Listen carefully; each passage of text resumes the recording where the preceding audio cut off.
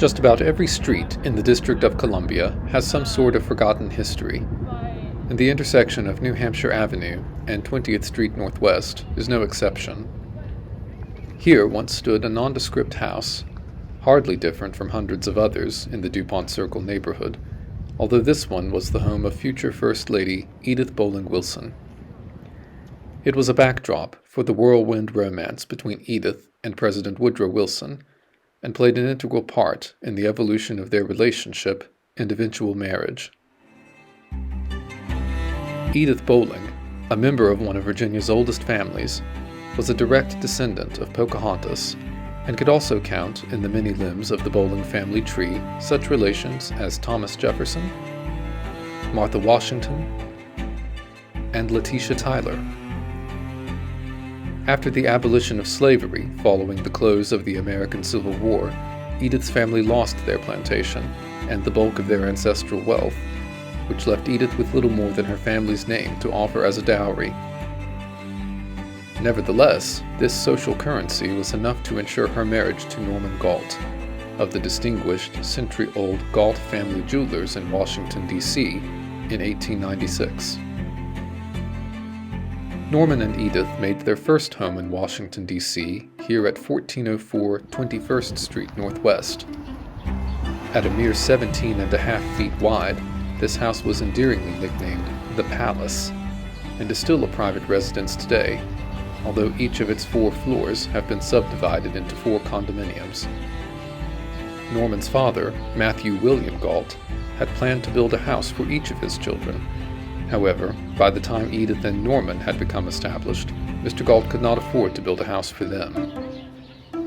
Instead, Edith and Norman moved in 1906 to a house that had been built some years earlier for Norman's older brother, the house that once stood here at 1308 20th Street. Norman continued to rent the house from his now deceased father's estate, while gradually buying out other shareholders in Galt Brothers until he became the business's sole owner. Dupont Circle at that time was a very different neighborhood from the one we see today. Pierre Charles L'Enfant included the circle on his plan for Washington, D.C. in the 1790s, although this part of the city would not develop until the end of the 19th century. Originally named Pacific Circle, the traffic circle that anchors the neighborhood at its nucleus was renamed in 1882 for Rear Admiral Samuel Francis Dupont. Lavish mansions of the great and the good sprang up along Dupont Circle and the avenues, while more modest 2- and 3-story townhouses generally filled in the cross streets. Architectural styles ranged from Queen Anne to Georgian to Richardsonian Romanesque and even Tudor Revival. The quiet, tree-lined streets offered a quiet respite from Capitol Hill for politicians and embassies as much as tradesmen and middle-class professionals. The house at 1308 20th Street was finished in 1890 at a cost of $10,000, approximately $300,000 when adjusted for today's inflation. It sat on a lot that was 20 feet wide and 79 feet deep, the house itself being of the same width and approximately 37 feet deep. The facade was defined by bay windows, topped with a balcony, steel and wrought iron railing, a slate mansard roof, and red brick corbelling executed with a degree of craftsmanship that has all but disappeared in middle-class residential architecture today. The home's exact interior footprint has been lost. However, enough details survive in both the historical record and in other similar homes in the vicinity to surmise what 1308 20th Street looked like inside. The house had an English basement, with 3 floors above grade and an attic. Each floor featured 2 principal rooms with a hallway running alongside its north side from front to back. Each principal room had a corner fireplace, with flues directed to a shared chimney on the southern wall. The basement, which was home to the kitchen, could be accessed from the front by a narrow set of stairs to the right of the front stoop, and also had access to a small garden through the rear of the house. The first floor, whose footprint is best recorded, was accessible from the stoop through a small vestibule which opened onto the hallway. On the front was a parlor, which Edith referred to as the drawing room, and on the back was the dining room, adjacent to what was possibly a butler's pantry. Surviving photographs indicate the presence of dark woodwork on this floor, which was likely replicated throughout the upper floors as well. Extensive plasterwork was also present in the ceiling moldings. This rather expensive decoration scheme set 1308 20th Street as a home of taste, despite its relatively small size. On the second floor could be found a sitting room, a typical feature in many homes at the turn of the last century, which provided a less formal common space compared to the parlor or drawing room. Edith mentions the presence of a library in her memoir, although it is not clear if this refers to the second floor sitting room or perhaps another room in the house that was specially dedicated for the purpose. It was not uncommon for the Edwardians to refer to informal sitting rooms with a generous collection of books as a library. If this is the case, then it is presumed that most, if not all, of the remaining rooms on the second and third floors were dedicated bedrooms. Contemporary insurance maps show that the house was connected to public water and sewer lines, indicating the presence of at least one fully plumbed bathroom somewhere within its layout, if not more. Edith would recall 1308 20th Street as a small home, and compared to most of its neighbors, like the Hurrick house, it certainly was.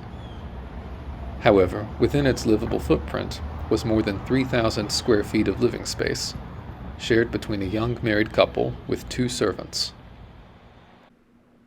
Perhaps the most energetic force in serene Dupont Circle at that time was Edith, who happened to be the first woman to operate an automobile in the District of Columbia. By her own admission, this was as early as 1901, although her operator's permit was issued in 1904. She may also have had a penchant for speed, as police officers were known to stop traffic when they saw her Columbia Elberon Victoria Mark 31 approaching an intersection. The car, which was electric, was marketed for approximately $1,600 in 1904, nearly $50,000 in today's value. 1308 20th Street, as the residence indicated on the license of the first female driver in the District of Columbia, is significant alone for this historical curiosity, if nothing else. 2 years after moving to 20th Street, the course of Edith's life was permanently altered by the untimely death of her husband, Norman Galt, in 1908. He was interred in the Galt family plot in Oak Hill Cemetery, not far from Dupont Circle, alongside an unnamed son he and Edith had lost in infancy in 1903. Edith, who Norman adored, was left as his sole heir, with a reputable business, although one which was encumbered by debt due to Norman's recent acquisition of his brother's share. Edith, in her grief, was left with a choice: liquidate Galt Brothers and sacrifice the sole source of income which supported not only herself, but also her mother and sister, and a retinue of employees with decades of service, including 3 of her own brothers, or, despite her lack of education and training, find a way to continue the business. Undeterred, she chose the latter. Edith ultimately hired Henry Bergheimer, a longtime employee of Galt Brothers, to manage the business. The two formed a productive partnership, paying themselves the bare minimum to meet their living expenses, while devoting as much of the business's profit as possible to paying off its debts. Despite the steep learning curve she encountered, Edith's acumen became quickly apparent. It was during this period of her life that she learned a great deal about how to administer business affairs and translated her strong personality traits into real-world skills, which few women possessed at that time. After a couple of years of settling into her life's new chapter, as well as numerous successful business decisions, Edith's life once again settled into a routine. Summers were typically spent abroad, traveling through Europe, often in the company of her sister Bertha, or close friend, Alice Gordon, entertaining family at the house on 20th Street, including frequent visits from her mother, Sally Bolling, nights at the theater, restaurants, and drives through Rock Creek Park. Edith also made frequent trips downtown to Galt Brothers on Pennsylvania Avenue. It was during one such visit to the store in March of 1910 when calamity befell Edith and her mother. Edith had just parked her electric car out front and was heading into the store when her mother, whom she had left waiting in the passenger seat, called out anxiously. Although the car had been shut off, it suddenly jilted and began to accelerate without warning. Alarmed, Edith and a handful of bystanders pursued the machine on foot as it careened across Pennsylvania Avenue into oncoming traffic, with the panicked Mrs. Bolling frozen in fear.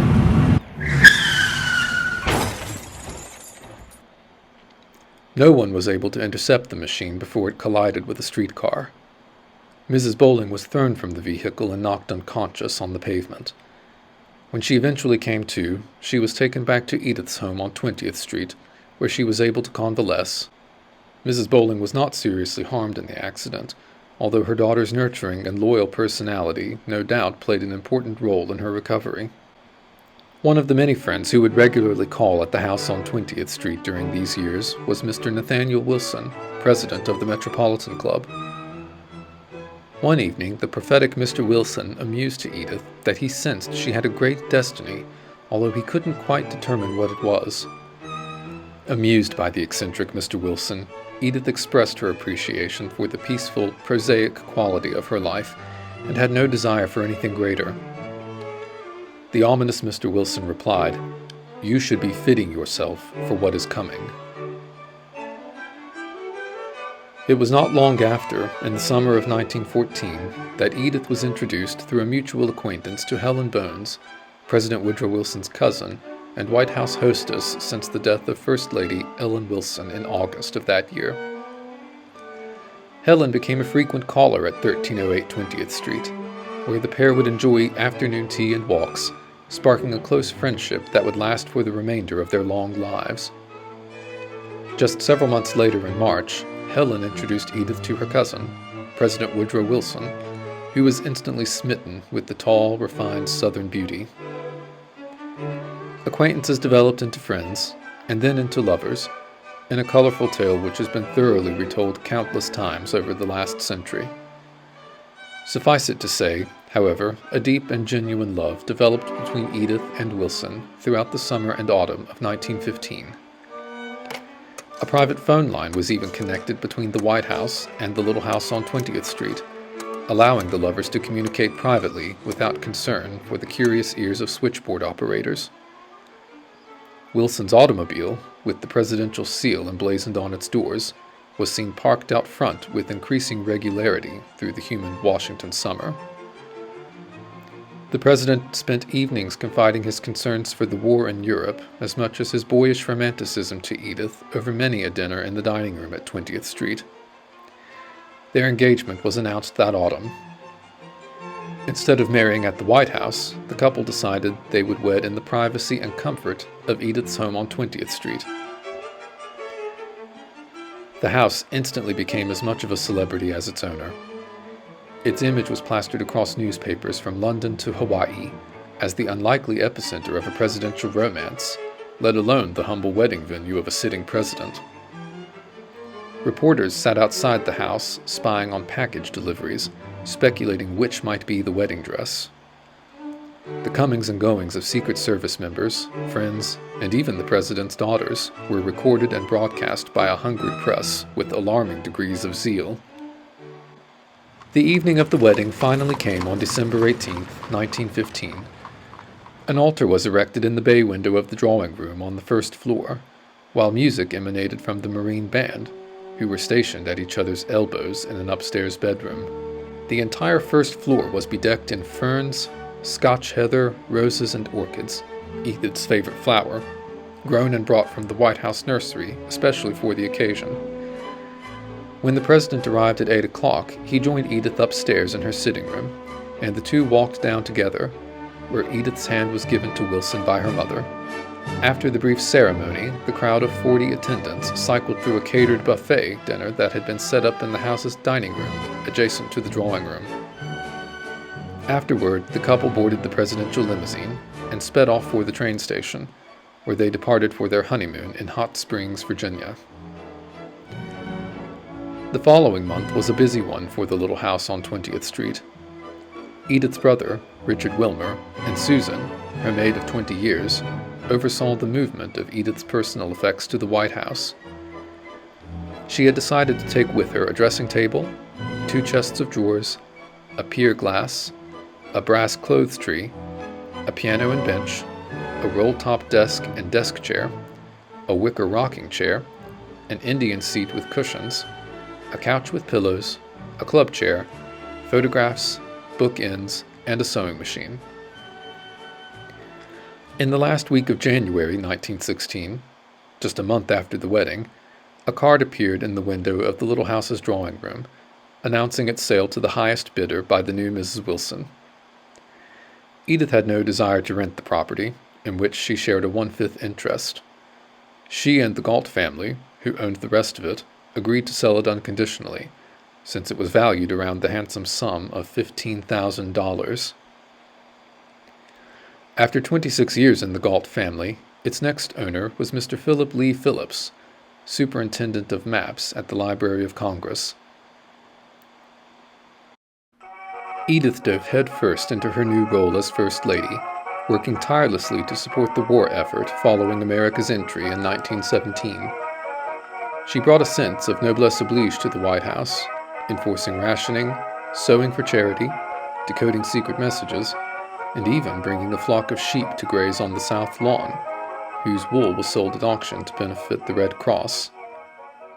In a city that was even more stratified and aristocratic than it is today, Edith's practicality attracted attention from the old guard, who chided her as, quote, the tradesman's wife, in an unflattering allusion to her former husband, the jeweler Norman Galt. Perhaps her most vulgar critic was Alice Roosevelt Longworth, the eldest daughter of former President Theodore Roosevelt, who possessed an obsessive hatred of Woodrow Wilson and anything in his orbit. She amused much of Washington society by mocking Edith's large orchid corsages, insisting that she ate them as a snack before bed. After the war's end, Edith traveled to Europe with Wilson in 1918 and 1919, the first First Lady ever to travel abroad during her term and represent the United States in a diplomatic capacity. She was filmed extensively during their travels throughout the Allied nations, waving from palace balconies that were a lifetime away from her own modest little balcony at 20th Street just a few years before. Those she met were captivated by her warm demeanor and her strong character. It is not known if any recordings of her voice were ever made, although the many silent films in which she appears throughout 1918 and 1919 capture glimpses of her personality in a way that words alone, either printed or recorded, never could.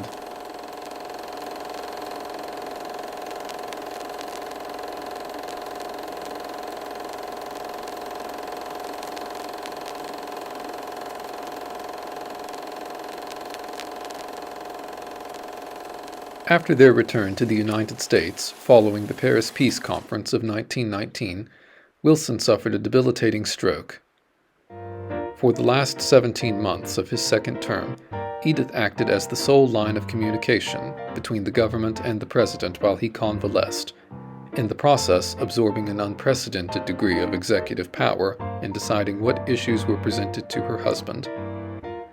Precisely how much power Edith wielded during this time as First Lady, and whether that power was inappropriate or even unconstitutional, is still hotly debated by historians and political scientists alike. The true extent of her role as, quote, the secret president, may never fully be understood, as most of those privy to any such knowledge have long since taken it to their graves.